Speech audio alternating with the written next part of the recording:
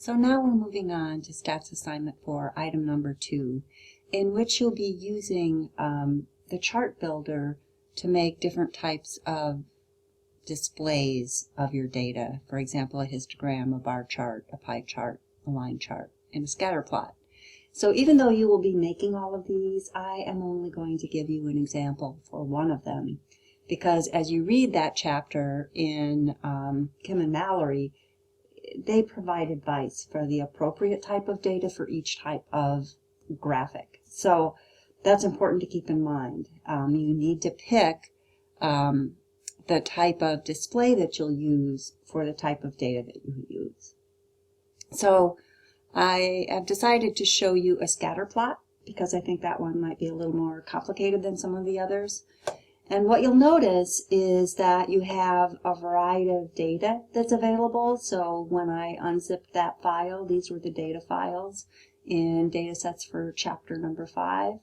And I am going to choose for making this scatter chart what's called correlation chapter 5.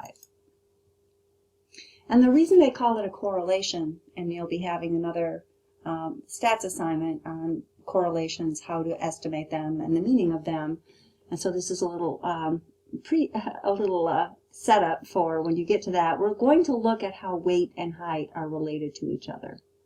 And so when we make a scatter plot, it's appropriate to have continuous data, or in some cases you can have categorical ordinal data in which you have enough ordinal categories, enough categories to be able to look at relationships. And I think this will become more clear the more you use SPSS.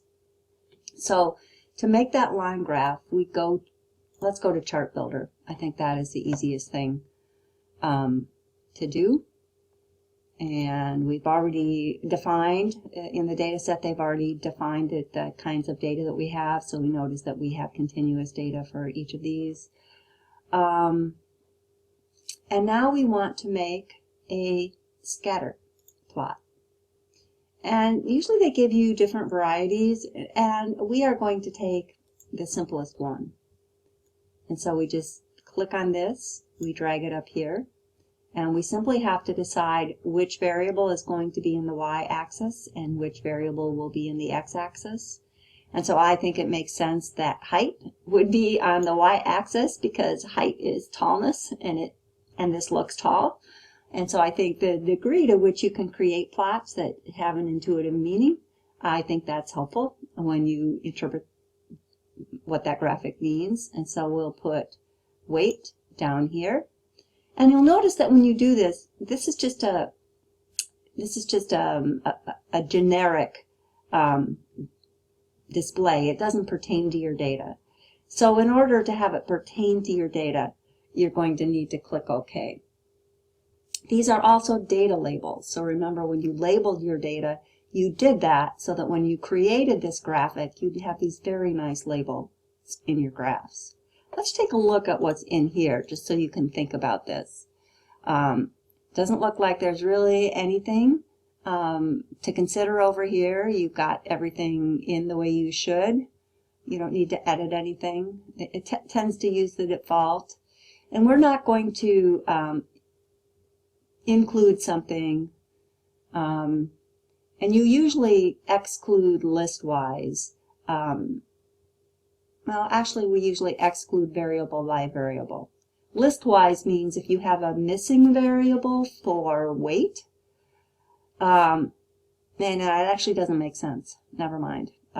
It doesn't make sense for this variable. We'll explain the meaning of that later. But for these variables, it makes no sense to worry about this. We'll talk about that later. All right, so now we just click OK, and we have our scatter plot. And so when you look at this scatter plot, what you see is definitely a relationship that as people get taller, they get heavier.